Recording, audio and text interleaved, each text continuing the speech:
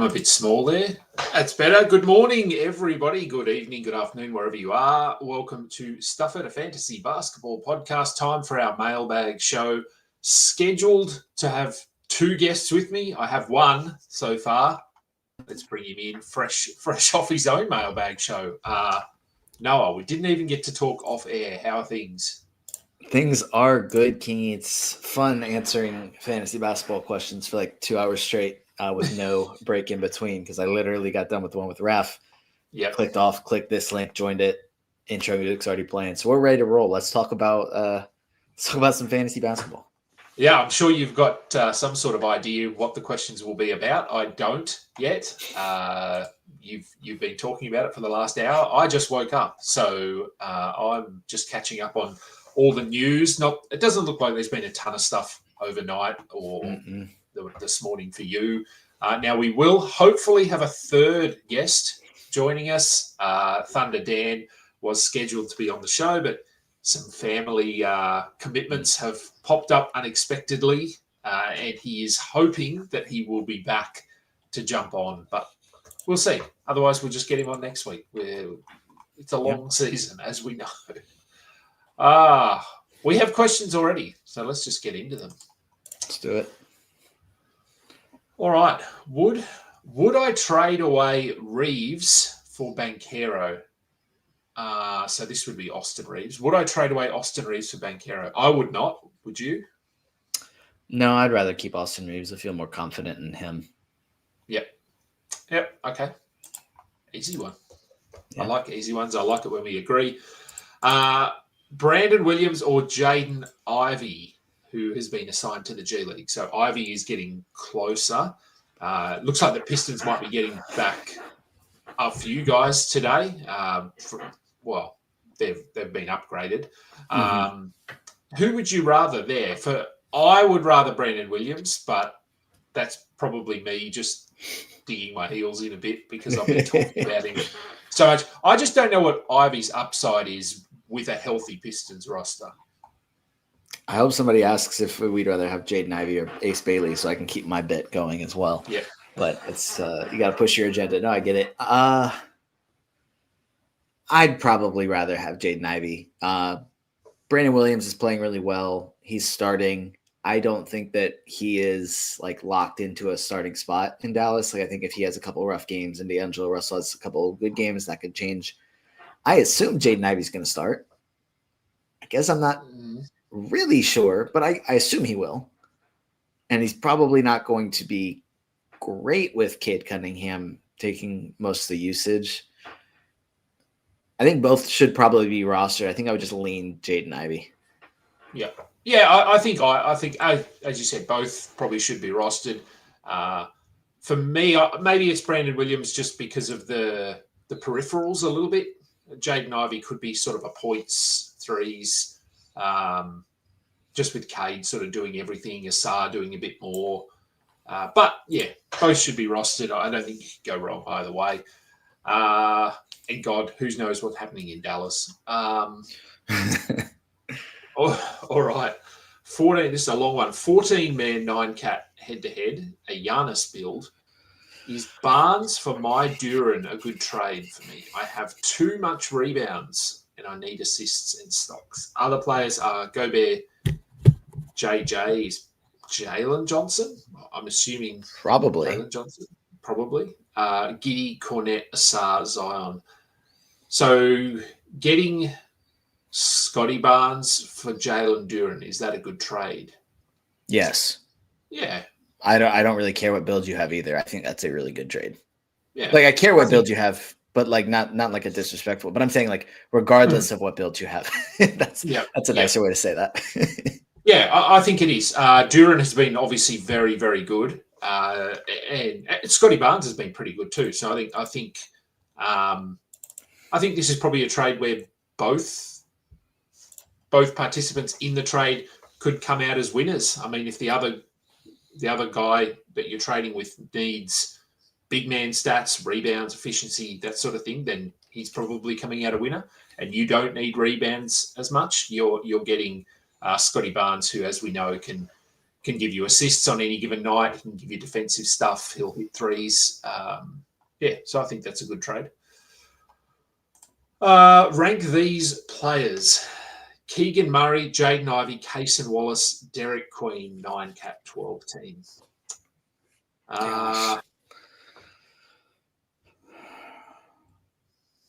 There was a lot of, if you want to know what the other Q&A was, a lot of Keegan Murray, a lot of Jaden Ivey.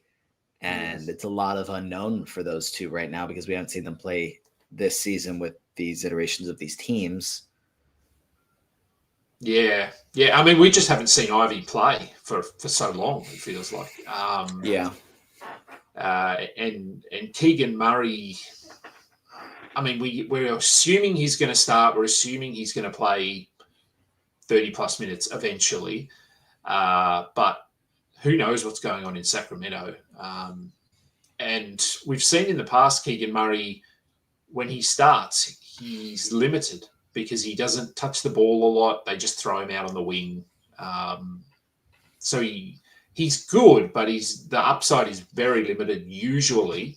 Whether that's going to change, I don't know. I'd probably go sadly, I'd maybe have Cason Wallace last in this. I like Cason Wallace, but I just think we're seeing not the flaws in his game, but he's very low usage. So the steals have been good. I would say the role is there, but Jalen Williams will come back eventually. And I'd probably go Keegan. I don't know. I mean, this is really hard. I think none of them to me are clear. Like you have to have this guy over these players. I think they're all. You could make a case for all of them. So maybe I'll go Murray, Queen, Ivy, Wallace, but that's very interchangeable to me. Yeah, there's not a clear number one. There's not a clear last place among these four to me. I'm going to stick with this. What I said in the last Q&A I did. Jaden Ivey over Keegan Murray. I feel a little bit more confident in Detroit. Okay. And I think he has higher upside than Keegan Murray. I mean, Murray's upside is they're going to feed him shots because he's hot. That's probably it. Jaden Ivey, I think, can do a little bit more. So I'll go Ivy, Keegan, probably Derek Queen third now that he is starting, and then Cason Wallace last. But it's a marginal difference between all four. Yeah. And if you need steals, go Cason Wallace. Like if that's the category you're chasing, then he'll be the best of those four in terms of steals. Can we talk about Nickeil Alexander-Walker? Is he a rest of season guy or just a replacement for Trae Young? Well, you're obviously the Atlanta expert. Look, I think he could be a rest of season guy. I think he was pretty good before Trae went down. He was putting up, I don't know what top whatever value, but he was rosterable in standard leagues. And obviously Trae is, what's Trae, 2 weeks away from maybe a reevaluation? I think 2 weeks. Yeah. And I mean, they're not going to rush him back because they're playing very well without him. So I think he could be a rest of season guy. What do you think? I think he is a rest of season guy. Obviously, he has a nice boost in usage right now with Trae Young out. The turnovers have been way up, but so is kind of everything else. So, I mean, we look at the couple games before Trae got hurt. Started 2 of them with Risa Shea out. That first game he shot like 2 of 15 and was kind of rough. But 2 games off the bench. One of those was the game Trae Young got hurt, but they were solid. So I think he is a rest of season player. Obviously, you're not going to get the production you're getting right now. No, but he was on that radar. Where I remember when Trae went down, everyone's like, go and add Nickeil Alexander-Walker. Well, you can't add him because he's already added. So yeah. All right. In a 4-punt build, would we trade Brandon Williams for Nemesh Cater? My team, Kaysen, Rollins, Dyson, Masaku. Williams does have great steals, correct? Yeah, I'd be okay with that, I think. I mean, I love Brandon Williams. That's no secret. But Cade has been really good. I think he's established himself as the starting centre. Doesn't score a ton of points, but you don't need that in a 4-punt build. So you're really looking for rebounds, blocks, steals, field goal percentage, no turnovers, and Cater will get you 3 or 4 of those categories fairly consistently. You have Case and Wallace, you have Ryan Rollins, you have Dyson, you have Asar, you have Herb. You should be good in steals without seeing your standings. I'm assuming that you're doing okay in that category. And you've got no Wemby for a couple of weeks. So I'd be fine with that trade. Yeah, I mean, you're the expert on that build. I don't have any leagues where I'm trying to execute that because I get to trigger happy with guards, and I like all the guys that are fun. But yeah, so my build isn't fun. Is that it's fun because you win, but like you're targeting the players that don't get assists, don't score, don't shoot threes, but like do all like the fun stuff to watch. But like you win. So yeah, that's fun. It is. Yeah, it is true. I was sometimes it's hard in a punt builder, and I've talked about this in punt builds. Sometimes you do ignore your punt to pick up a hot free agent that you could potentially trade. So in a league where I'm punting big man stats, I was trying to find a way to pick up Luke Cornett yesterday. Doesn't really fit that build, although he's generally pretty good from the free throw line. He'll give you maybe a 3 from the center spot. So he's not a terrible fit, but I just couldn't figure out who to drop, so I didn't end up picking him up. But there are situations where you can do that. Are we dropping Filipowski for Bogan? I'm assuming this is Bogdanovic. Would we drop Filipowski for Bogdan? I don't know. They're very different. Filipowski's pretty tough to hold at the moment. He's only playing 18, 20 minutes. He's not really doing a lot. We're assuming there's going to come a point in the season where he's either starting or playing starter level minutes, but we're not there yet. Nurkic is still being used pretty consistently as that starting center. Bogdanovic, slow start to the season, coming off whatever injury. He's always injured, but with the other injuries they've got, he has moved up in the rotation a bit. So I think I'd be okay with doing that right now. I would do this. I think if you're talking rest of season value, the last month and a half to 2 months of Filipowski is going to be better than anything Bogey does. But I'd rather have Bogey's production now. So right now I would do this move, yes. Do we think Noah Clowney will have a breakout year? Depends what you classify as breakout. If we're talking about will he have a year where he's a rosterable 12-team player consistently, maybe. He's been pretty good. Let me bring up his numbers.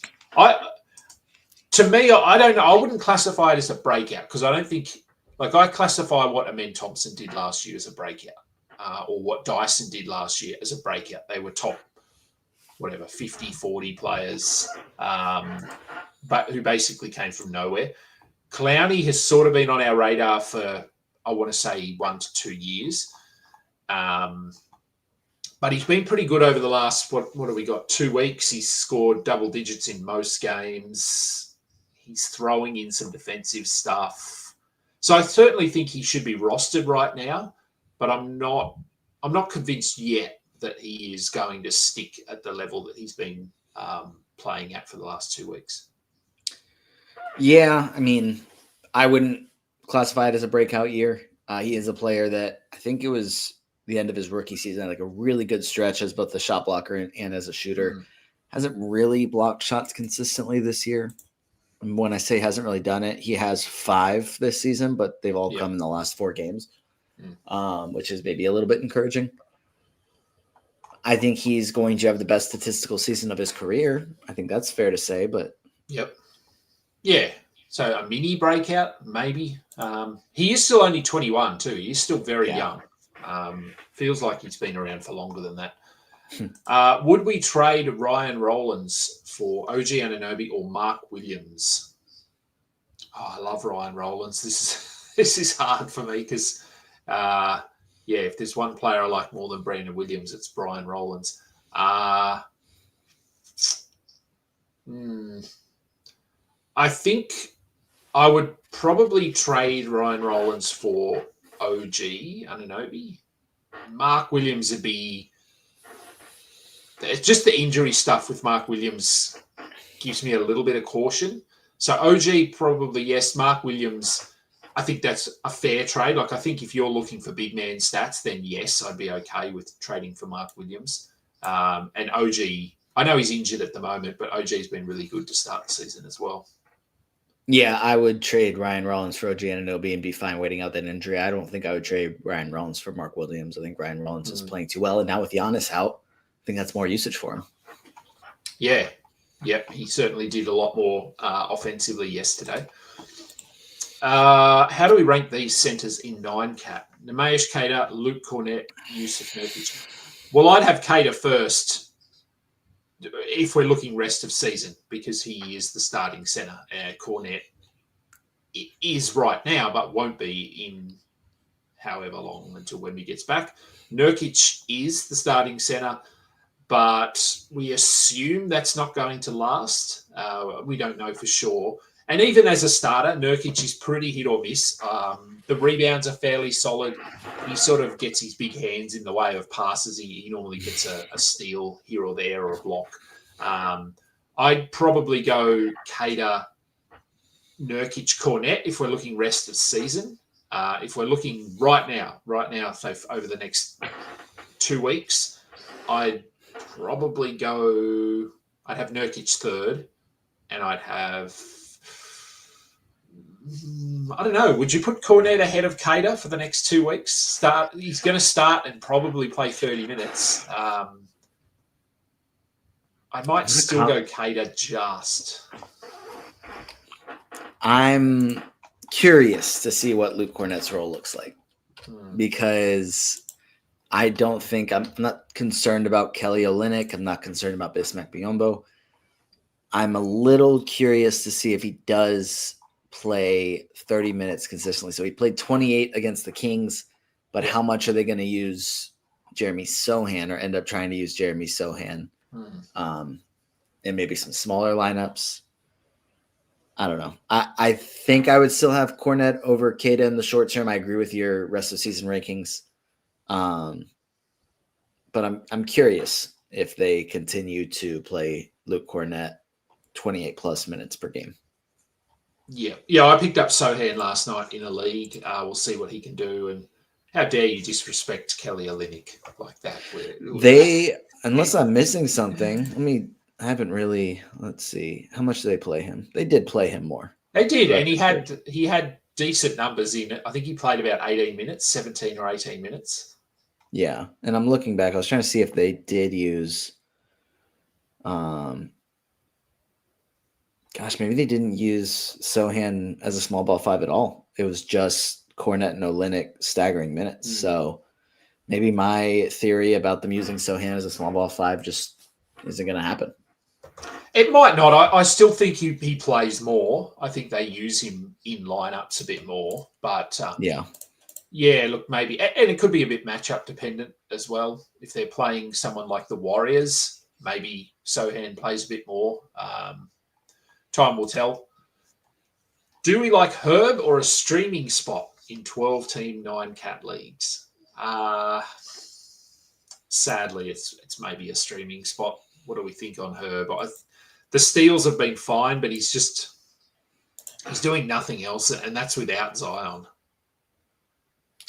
Yeah, I think I'd rather have a streaming spot unless I'm pretty desperate for steals, but I don't really have Herb Jones is definitely a Kingy 4-punt build type of player.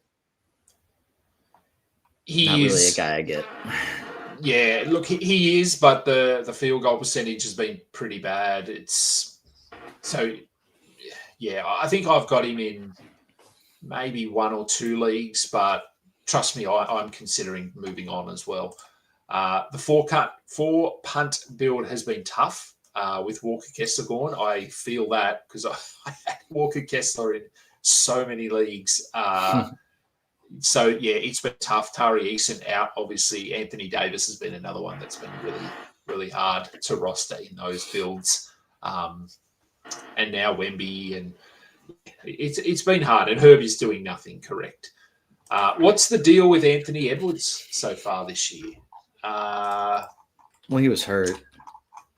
Yeah, he was. I don't even know. Where are you, Anthony Edwards? I don't have him anywhere, so I don't pay. I mean, I pay attention to him, obviously, but I don't. He's not one of the guys I watch super closely. Where is he? For me, I mean, I'm not going to say I was down on him coming into the season, but I certainly wasn't as high as others. So I know he was going in some situations in that sort of 6 to 8 range with Cade. Who else was in that? Anthony Davis was sort of in that range as well. Yeah. Trey Young in a couple of leagues. I just didn't want him. I was happy to take him if he fell to me at the back end of the first, but that was just not happening. So he is the 26th ranked player so far this season. The numbers have been fine. I don't know. Do you see him pushing in sort of back up into that first round discussion, or is he more of a top 20 player? I think he does. I mean, like looking at some of the games, because he did miss a few, kind of messing with his averages a little bit. He had the game where he played 3 minutes and got hurt. Game where he first came back was kind of rough. This last game was a little bit rough, but there's also a handful of blowouts in there that have limited his minutes. Like if you look at his numbers, everything is pretty similar to last year, maybe slightly down by like 1 or so. Shooting percentages are actually up, efficiency's up, minutes are down. He's down 6 minutes per game so far. Small sample size. I'm not too worried about Anthony Edwards right now. Okay, very good. And look, we have a third. He made it. He got to school and back. What's up, guys? How we doing? Sorry about that. Life's been a day. It's been a day, brother. Let's say that already. Look, I remember having small kids and just, you give Noah all the warning that you need to give him because life's about to change for Noah. Luckily I don't have to do any of that stuff anymore because my kids, one of them is driving himself. So, Thunder Dan, how have you been, Dan? I don't think I've ever had you on this show. So how are things? Good. Yeah, really good. Yeah, we haven't been on the show yet, but done a couple shows with Noah and got a couple shows on my belt with the Old Man Squad here doing the cut list each week. That's been a lot of fun. And fantasy basketball has been great, right? Minus 1,000 injuries and just pretty much chaos every night. So other than that, it's been great, right? It's been great because of that. Well, there you go. It makes it an adventure, doesn't it? The chaos part, not the injuries part. Yeah, I mean, listen, if you're writing waiver wire content like me every week, it's great. It's like, hey, there's 30 guys you can go pick up right now. You have to add all of these guys. Drop your whole roster, add these 15, then drop these 15 and add these guys because you just honestly. Yeah. I mean, people have been I get a lot of comments, a lot of questions. People are like, there's all this stuff on the wire, and I'm like, yeah, there's good guys to pick up, but you also want to hold some guys too. Like, don't overreact too early. But at the same time, I feel like you have to be streaming and doing something. You can't be sitting with like 3, 4, 5 injured guys on your roster either, too. So, all right. So we've had a fairly constant stream of questions as we always do. Let's bring this one up. It's a sort of a general topic, I suppose. It's not a specific player. How do we know, or how would you know if you win a trade, a 1 for 2, 2 for 1, however we want to phrase it? If you're receiving 2 players, so if you're shifting 1 player, so we would assume the player you're moving is the best of the 3 players. That's usually the way one of these trades works. in a standard league feel like more often than not the player receiving the one player, the better player, wins the trade by a lot. Yeah, well, yeah. I mean, it's sort of a question that I think it's hard to discuss in general because every trade is unique. Every trade is different. The players involved are different. It's certainly possible. We had a trade question earlier in the show. It's certainly possible for both people to feel as though they won the trade. I would say, generally speaking, the deeper the league, if you're trading for a top 5 or a top 10 player, they're more valuable in a deeper league than they are in a shallow league. But that's generally speaking. I made a trade yesterday in Dynasty 30. Did you see that, Noah? You're in Dynasty 30, I'm pretty sure. I didn't either.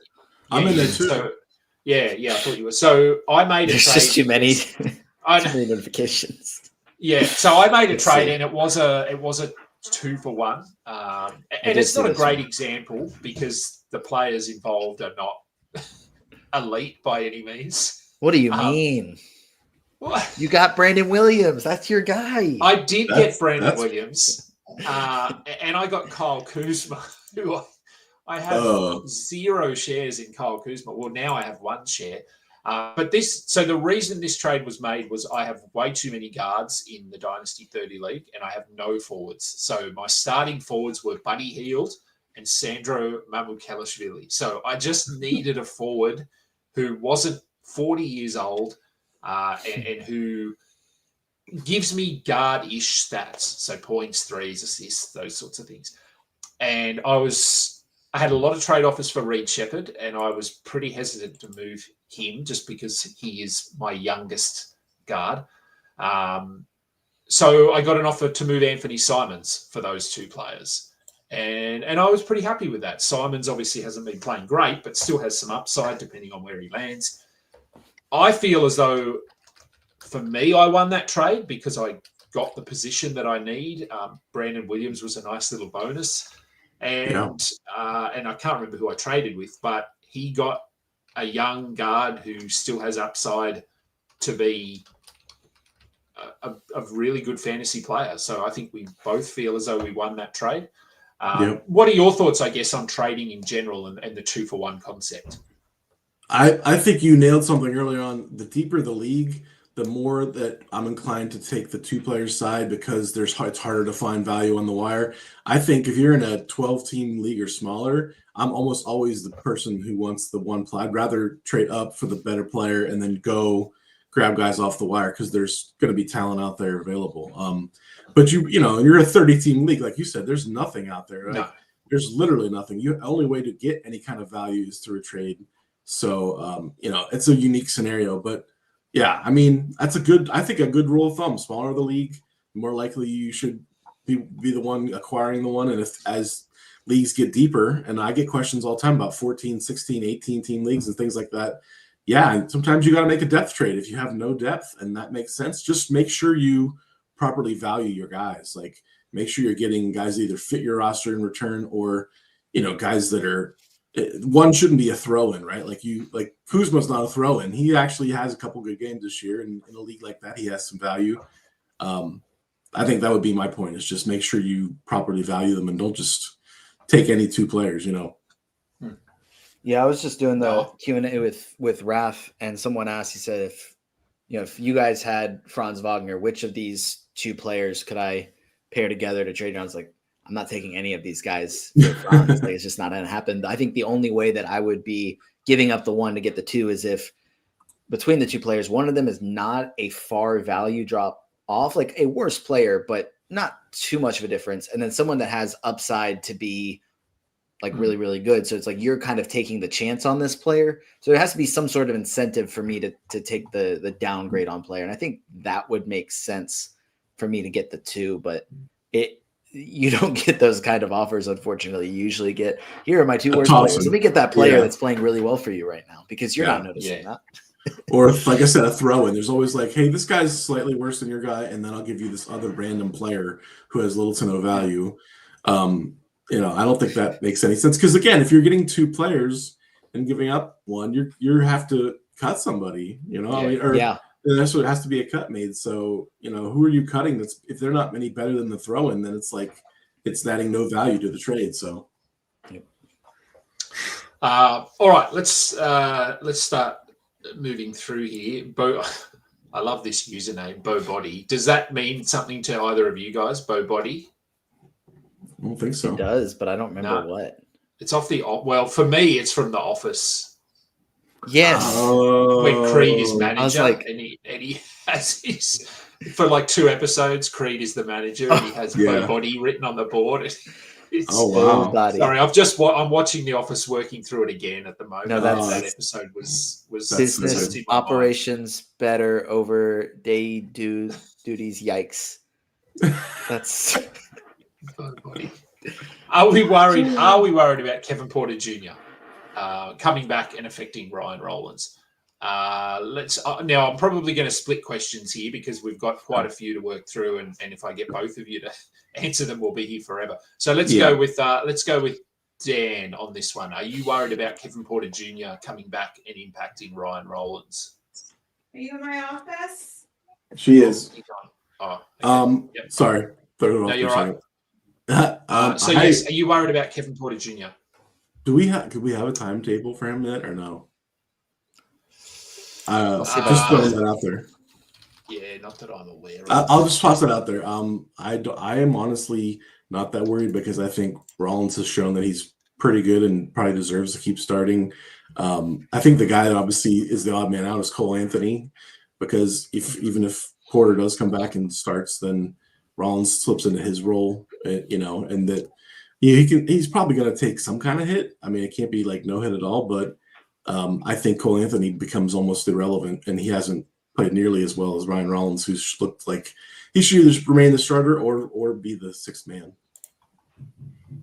Yeah, I agree. I think there were probably some question marks to start, just because we hadn't seen Ryan Rollins in a sustained role, but he's been fantastic. So I think they'll find a way for him to look. He probably takes a small hit, just in terms of usage and things like that, but not to the point where he's going to be a drop or anything like that. All right, Noah, here's one. What order? Okay, so what order would we sacrifice these players to stash Keegan Murray?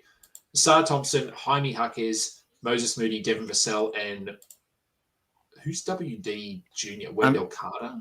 I assume it's supposed to be WCJ, Wendell Carter. Carter? Okay, let's treat it as Wendell Carter. So who of those players would you drop to add stash Keegan Murray? Would you drop any of those players? So I'm definitely not gonna drop Asar or Devin Vassell. I think Wendell I don't really want to drop. It's just kind of between the inconsistent role for Moses Moody and Jaime Jaquez. How is he impacted by Tyler Hero? So it's one of those two to me. Yeah. I know Steve Kerr just said that Moses Moody is going to continue to start, but that's usually the like kiss of death for Steve Kerr to bench a player. So, but I feel it's like pretty like it's more certain that Tyler Hero coming back is going to limit Jaime Jaquez. So I'd probably drop Jaime and pick up Keegan Murray. But I also think a lot of these guys are playing well enough that you could probably make some sort of 2-for-1 trade, even if you're not getting a ton of value back. You're opening up the spot and making yourself feel a little bit better about it. Yeah, I agree. Yeah, I wouldn't be dropping Asar, Vassell, or Wendell Carter. So it'd be Jaime or Moody. And as you said, yes, Moody has been talked up as this piece for them, but we've heard this before from Steve Kerr, like you said. It doesn't really mean anything. Dan, are we picking up Cam Johnson if he was dropped in your league? He was better yesterday. Man. He shot the ball better. Yeah. I'm sorry. I'm so it's so frustrating because I like for 2 and 3 weeks I'm like hold Cam Johnson, hold. Yeah. Everyone else cut, and then last week I was like with the cut list, yeah, we're gonna cut. Here we go, and then sure enough, the Brown injury, and it looks like he could be out a couple games, and I'm like, all right, just cut him because he's gonna be out anyways. and then he gets the start and he has his best game of the season. Like, come on, man. Honestly, I don't know what to say. He's going to have an opportunity there. It's not like he's clearly the best remaining wing they have. I mean, Tim Hardaway Jr. is not the answer. He's a better player than all those guys. It's just a matter about him getting shots and usage and fitting in. And so, yeah, he's definitely worth an ad if he's just floating around out there and you have a spot. He's probably better than your worst guy. I would add him. It's just frustrating because, for so many people like myself, we held on through all those rough weeks, and now he's going to, turn it on. I do think we have to temper our expectations. We're probably never going to see Brooklyn Nets Cam. And we're looking at a best case scenario of like 13, 14 points a night, 4 or 5 rebounds, and just efficiency. I was hoping that the efficiency would kind of make up for the lack of maybe the lack of counting stats, but we'll have to see. I guess I would pick him up if I have a spot though, for sure. Yep, agree. Noah's nodding there. He agrees as well, I assume. And here's a question for Noah. Is Franz for Vucevic a fair trade in an ESPN points league? So who would you rather there? For me, it's pretty clear cut. That's not a fair trade. Whoever gets Franz wins pretty handily. Yeah. So if you're able to do this and get Franz, go do it. If you're trying to trade Franz, don't do it. Okay. Easy. I like easy questions. Dan, do you agree with that one? Absolutely, 100%. Okay. Yep. All right, go and do that one. All right. I was offered Triple J, Anthony Davis, and Austin Reeves for Cade and Bam in a 9-cat league that has double-doubles, TDs, and OB, offensive rebounds. What's TDs? Oh, triple-doubles. Okay, double-doubles, triple-doubles, and offensive boards, I assume. How do we feel about that offer? I have Garland and Jar as my other kind of injury-prone guys, too risky. So would you take on Triple J, Anthony Davis, and Austin Reeves? They are certainly if perfect world, yes, I would take those 3 guys over Cade and Bam. I'm not a Bam guy, so but there's obviously injury risk with Anthony Davis. Triple doubles. It seems like Cade. I'll just jump in. It seems like Cade's a bit of a sell high because he's been asked to do everything with all these other guys injured in Detroit, and Bam is a sell high as he's been asked to do way more on offense with Hero out, and so I think again you have to be willing to accept that Anthony Davis is a huge injury risk, but JJJ is honestly in a good spot with Moran out now and coming around, and Reeves is not going to fall off a cliff with LeBron back, right? We know he's going to be pretty good still. He's not going to be putting up Superman numbers like he was, but he's still going to be very efficient and good across the board. So, I would do it. That's a 3 for. I actually would take the 3 on that side. Mm-hmm.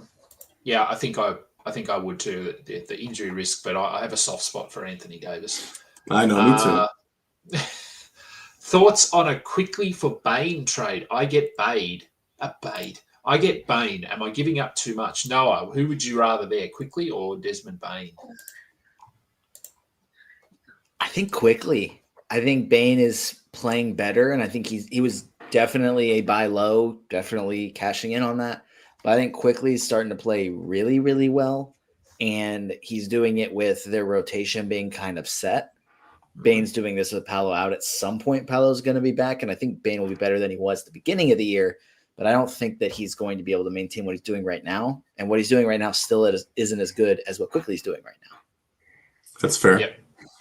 I was a big Bane truther all off season, and I'm kind of accepting that I was wrong. I thought he'd be better than he would be, and Quickly has been better than I thought. I thought that those guys would all kind of cancel each other out, but they're actually all thriving for the most part in Toronto. They've won 8 of 9 with 2 wins over Cleveland.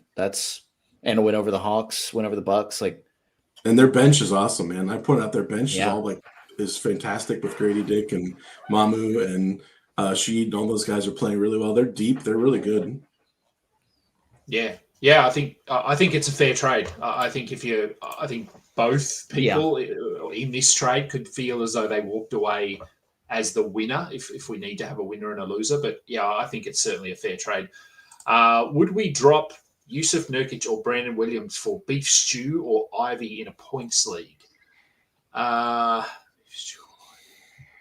Whose question is this, Dan? Is this yours? I don't think I would. I know people are waiting for Ivy to come back, but I'm not a big Ivy fan, and Beef Stew has some value now, but we still have to deal with Tobias coming back, and all those guys have been hurt. Oster's been hurt. So I don't really think either of those guys are like must adds where you would drop someone like Nurk, or I know you're a B Will fan too. I think both of those guys have more value and more long term value than any of the Pistons guys. Yep, I agree with that one. All right, here we go. This one was down the bottom. Lucky I scrolled down. Jay Taylor 405. 10-team head-to-head points league. Should I drop Jaime Jaquez for Naz Reid or hold? I'm not the biggest Naz Reid fan, but he was very good yesterday. I think he is starting to look a little bit better. Jaime obviously has been playing very well, but we've got Tyler Hero to come back. We've got Bam Adebayo to come back. And I believe Bam is questionable for tonight or tomorrow, whenever tonight they play. So his return is obviously pretty imminent, and I think Tyler Hero's close as well. So I'd be okay doing this. Noah, would you? Yeah, I would. Jaquez is playing well in a role that's not going to be what he plays for the rest of the season. Naz Reid is playing well in a role that he's going to keep for the rest of the season. So feel better about that. I'm so glad Naz came around because people were asking me about cutting him the last 2 weeks, and I was like, do not cut Naz Reid. He's not going to shoot 35% all season, and no.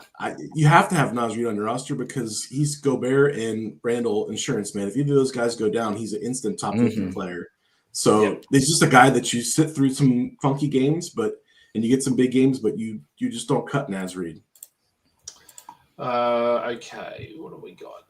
We're going 40. All right, just keeping an eye on the clock because you have to go in about 15 minutes, Dan. Is that right?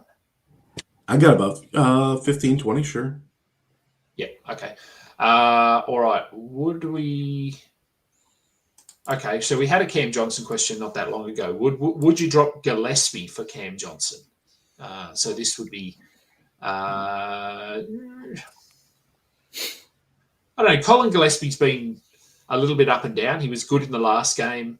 There's no Jalen Green for however long, a month at least.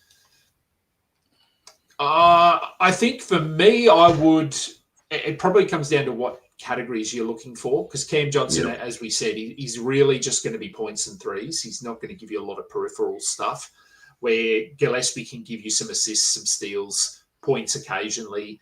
So if you're looking for a more balanced player who can offer a little bit more across the board, I'd go with Gillespie. But his value is also reliant on injuries a little bit, where Cam Johnson, in theory, should just be starting and playing 30 minutes. So Cam Johnson's probably a bit safer. But, Noah, what do you think on that one?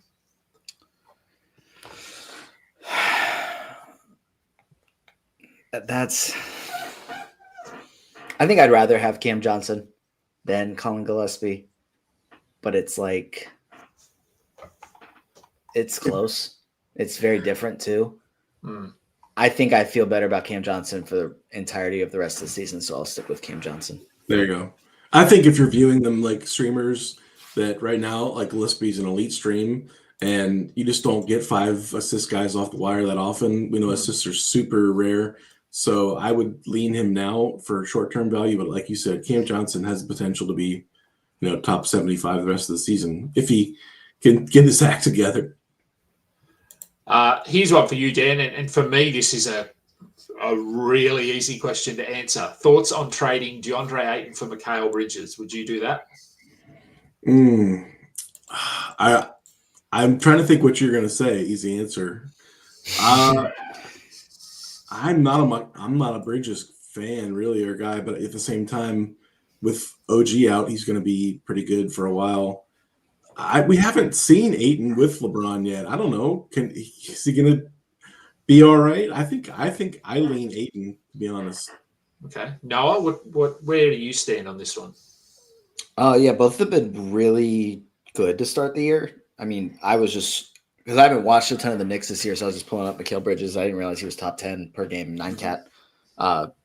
outlier steals and blocks compared to the rest of his career, but also more assists, but also lower usage. So I'm like, now I really want to go watch more Knicks games and figure out how the heck that's happening. But OG being out, LeBron coming back, I feel like I would rather have Mikal Bridges. I also feel like he is the epitome of consistency, and DeAndre Ayton is basically the definition of inconsistency.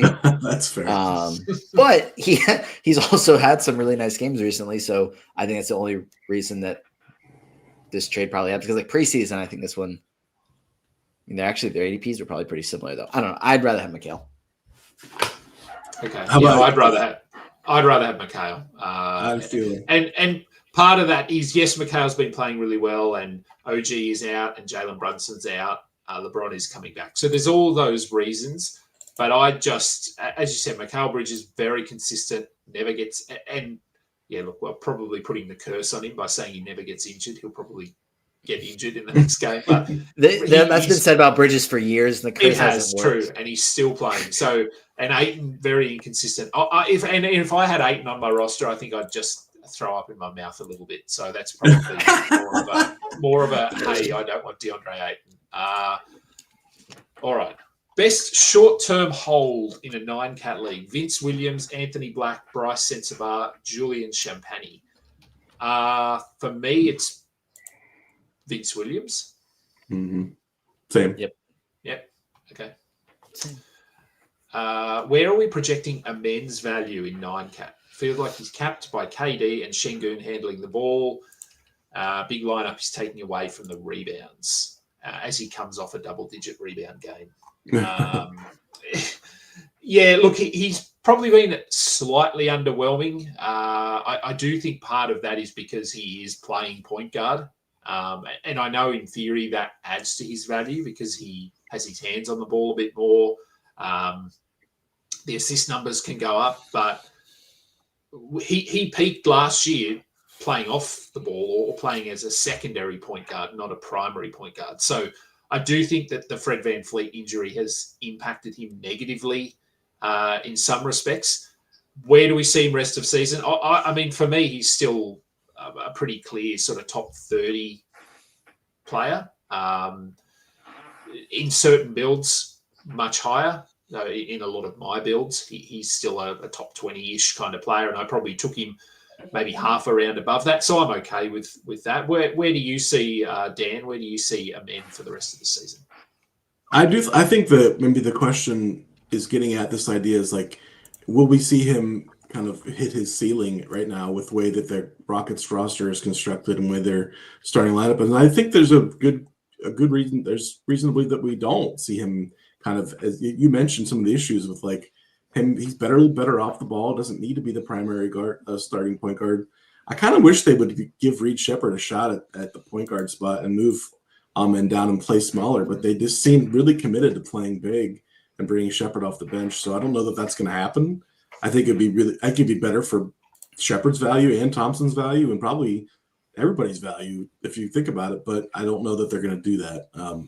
So I think he's in that spot where you mentioned in that top 25, 30 area, but I don't think he's going to be this top 15, top 10 player that some people thought he could be with this new role that he's been thrust into. What have we got? Okay, so I have to drop a center when Anthony Davis comes back. If Anthony Davis comes back, who would we be dropping? Nurkic, Drummond, or Edey? It's not Edey for me. He would be the hold of those three. Joel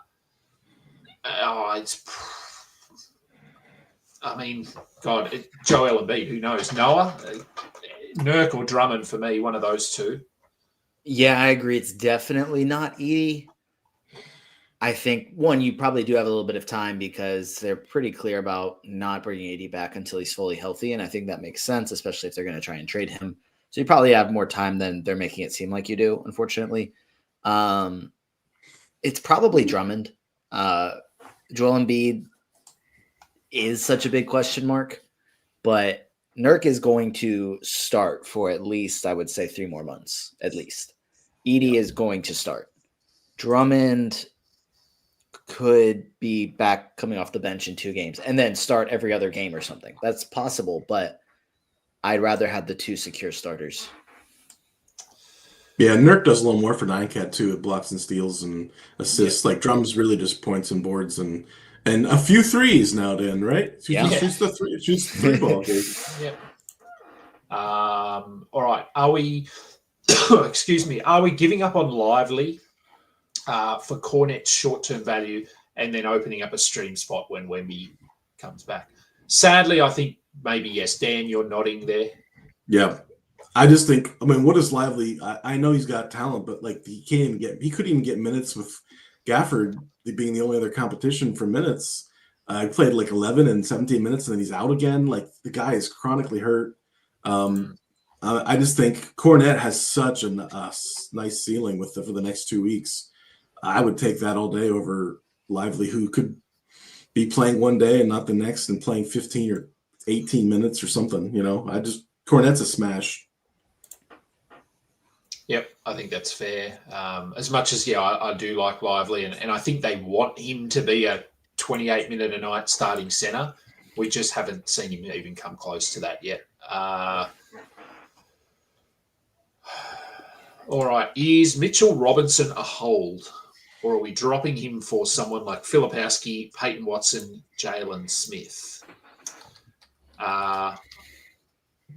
Noah? Sometimes I'm like, the questions get asked and I'm like, why are we wondering about Jalen Smith? So I have to go look. I'm like, okay, he had a good game. Unless Vooch is hurt, I'm not going to try and roster Jalen Smith. I'm not interested in rostering Filipowski right now. I think I would drop Mitch Robinson for Peyton Watson just because of the uncertainty with the minutes and the games played. Unless, again, I'm missing something with him all of a sudden playing a lot more, which let me just double check that I'm not. Okay. I'd rather have Peyton Watson, I think, with Christian Brown set to miss 6 weeks, and it looks like him and Cam Johnson are both going to start. That gives Peyton Watson a really good chance to get a lot of defensive stats.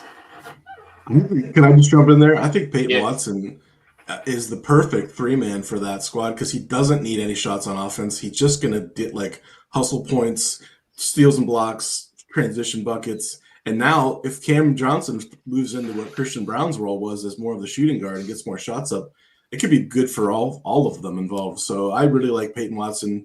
He's over a steal and a block a game in like 20 minutes a night. He could go for like 1.5 each with starters minutes. And just know that you're not getting any points from him. You're mostly getting D stats. Yeah, but that's the same can be said for Mitch Robinson. You're not getting points from him either. You're getting basically one category at the moment, and that's rebounds. I do think his role probably ramps up a little bit as they move forward, but he's unlikely to play back-to-backs, and there's uncertainty there. So, yeah, I'm with you guys. I'd go Peyton Watson there, I think. All right. Who should I drop from the following 2 to make room for Keegan Murray and Brandon Miller? Grimes, Trey Jones, Grayson Allen, Luke Cornett. Dan, what are your initial thoughts on this one? I think the first obvious one is Trey Jones, just with Kobe White being back and AO playing well, Herter playing well. Like those guys deserve minutes too. And Trey Jones has been a nice run, but he's coming off an injury. He's probably going to really suffer there.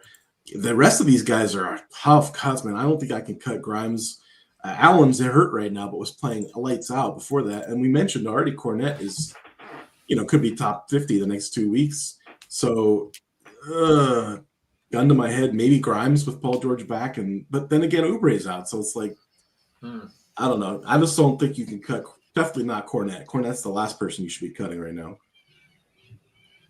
Yeah, I'd be okay dropping Trey Jones for Brandon Miller to activate Brandon Miller when he comes back. I'd argue that Cornett, Grayson Allen, and Grimes could all have more value than Keegan Murray for the first couple of weeks anyway.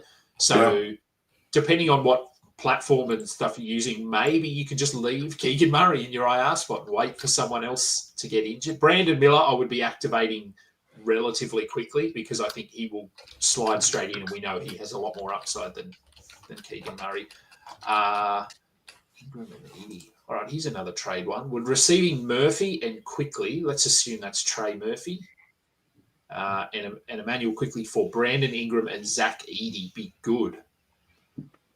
I think so. Yeah, I think so.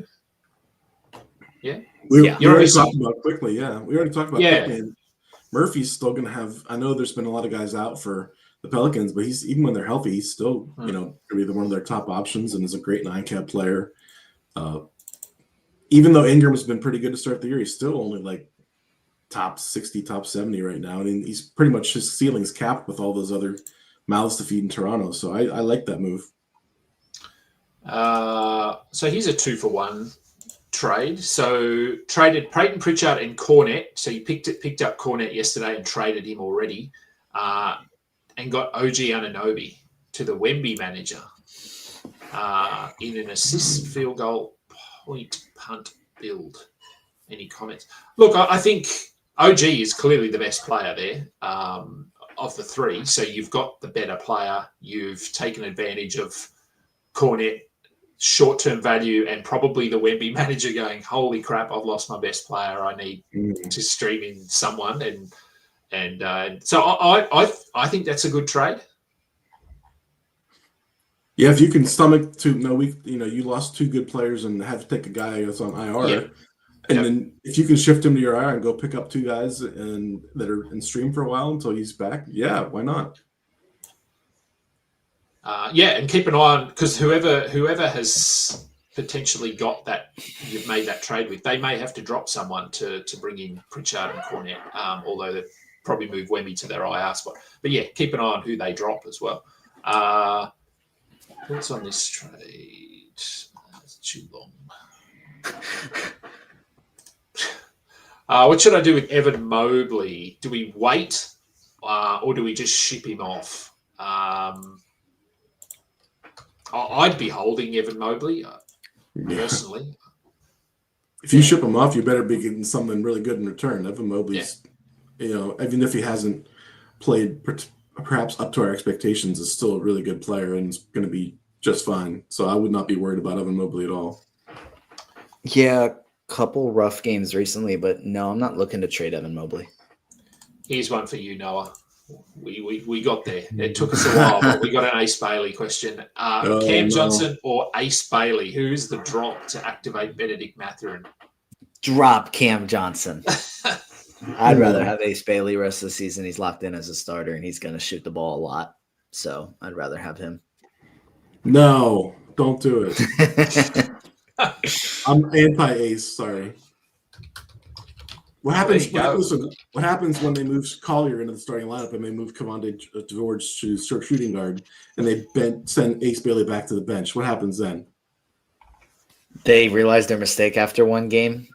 Listen, this is Utah. They're going to do all who knows what they're going to do. Does Svi, does he survive all that? Is he the one that continues to, they haven't benched him yet, so.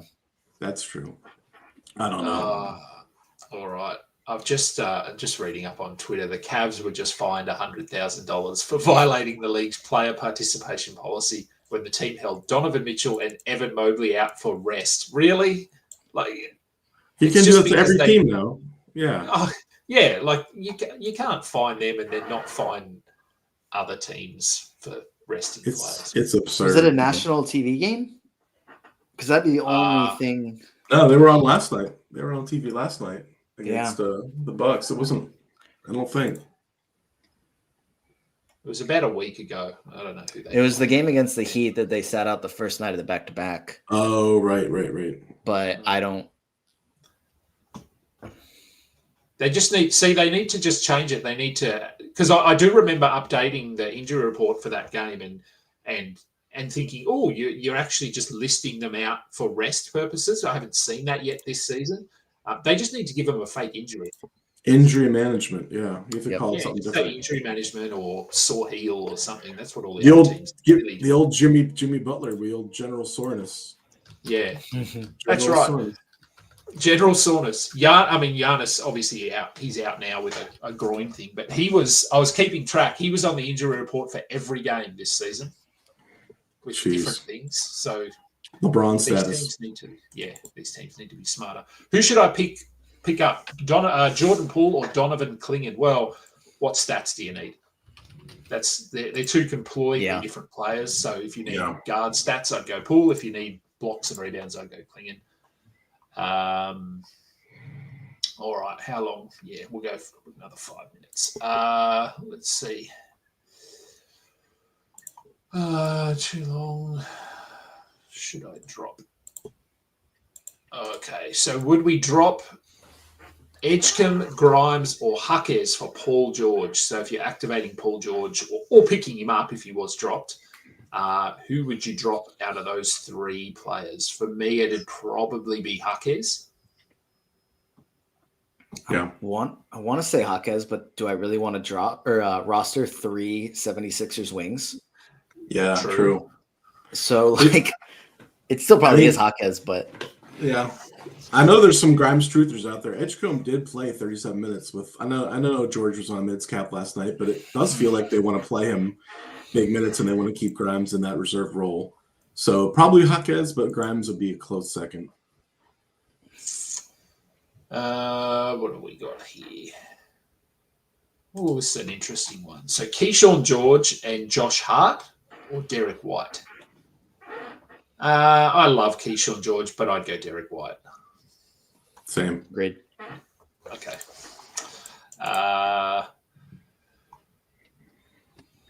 Would you pick up Cater or Cornette in exchange for Drummond? So would you drop Drummond to add either of those players? I would have Cater over Drummond. Cornette, sure. Cornette and Drummond are probably pretty comparable. I'd have Cater there because he's the starter and should be the starter for the rest of the season. Cornette and Drummond are more short-term kind of stream ads. Any different thoughts on that one? No, just I do think that Cornette and Drummond, their current value is probably higher than Kata's, but you mentioned Kata has the long-term appeal there. So I think they're, short-term value versus long-term value, two different things there. Jeremiah Fears or Brandon Williams in a points league? Ooh. Dan, thoughts on this one? I like Williams a lot, and I think the opportunity's there. I think Fears is coming on and looks good, but we also have Jordan Poole coming back. We have Zion coming back. They're going to take some usage. I think Dallas really wants Williams to be their point guard. They really hate D'Lo. They're doing everything they can to keep him on the bench. And we don't even – and I know Kyrie's talking a good game about coming back, but if they trade Anthony Davis, is Kyrie Irving really going to come back and play?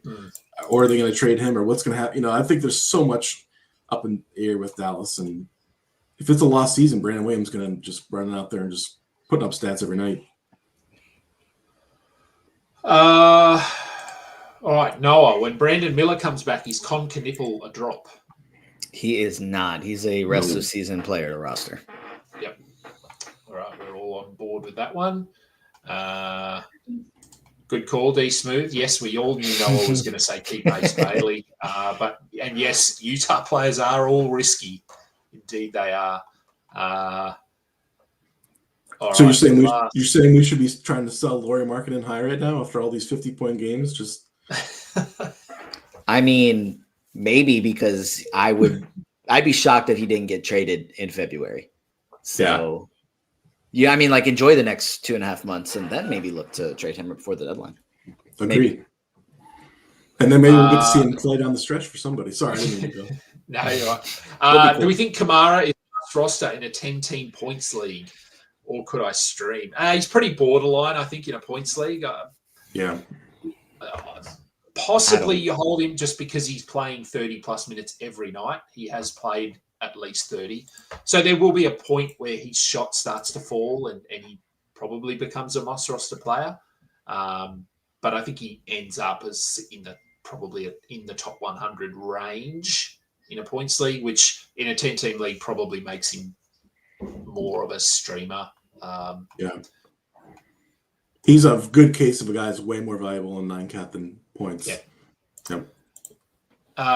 Would we claim Bogdan? Okay, so Cornette or Bogdanovich? I'd probably go Cornette right now, anyway. Yeah, me too. Yeah. And thoughts on Bogdan rest of season? I mean, Kawhi will come back at some point, which is going to hurt all of these guys. So yeah, I don't think Bogdan. He could have some short-term value. I don't see him as someone you have to roster rest of season. I like him more rest of season than Cornette. He was really just entirely out of the rotation when Bradley Beal was playing, and then when Bradley Beal was missing games, he was in the rotation. So I think that he should be just part of the rotation the rest of the year, and actually playing a good, decent amount. So, all right, we'll leave this last one for Dan, and then we'll get out of here. Best two out of these guys: Dominic Barlow, Rui Hachimura, Royce O'Neal, and Isaiah Jackson. It's not Rui, I'll tell you that. It's not Rui for sure. Oh my gosh, we all want Isaiah Jackson to be that guy, but he hasn't been. Royce has a nice window here I know he's been bad the last couple of games, but he's got a decent window here for the next month. I like Barlow a lot. I think Barlow could end up being their starter at the 4 here, especially with Oubre hurt. It's clearly not Trendon Watford. That was a one-game thing, apparently. So Barlow and O'Neal, I don't know. I think people are still holding on hope for Isaiah Jackson. I don't know if it's ever going to happen. Noah, any thoughts on this one? Isaiah Jackson was good yesterday. My thought is the best one is Royce O'Neal. Gosh, Isaiah Jackson, I think every time he plays well, he should be seen as a sell high because it's, I guess it's Barlow number 2. I don't know. It's Royce O'Neal and then pick your poison. Fair enough. Yeah, fair. All right, that'll do. Dan has things to do. I have to go and have breakfast. So before I let you guys go, both of you are on the Old Man Squad. And Dan, your show is relatively new to the Old Man Squad. So let people know what that's about, where they can find it, and find all your stuff. For sure. Find me at ThunderDanDFS on the X. The show's called, the Cut List or Drop These Dudes. We call it whatever we want to call it. But it's really focused on, guys you can cut. And it has been coming out on Thursdays. So check that out on Thursday, sometime around midday on the Old Man Squad Sports. And thanks for having me, guys. Sorry I was late, but I tried to stay a little later and make up for it. No, it's and Noah, people know where to find you, but tell them anyway. Yeah, at Noah Rubin 22 on socials. Young Man Squad comes out whenever I feel like doing it. I'm tired of saying I do it this amount of times and then not making that mark. So I'm just going to say it kind of happens sometimes. But when it does, I'll tweet it out. I will say I was looking at because I think we're transitioning my show onto the Believe network. So I was looking at some data and stuff. You have done 100 episodes of Young Man Squad. So there you go. I have. I'm 103 now. That's awesome. There you go. I appreciate you guys. And Dan has done a lot more of his show. It's like 700 or something.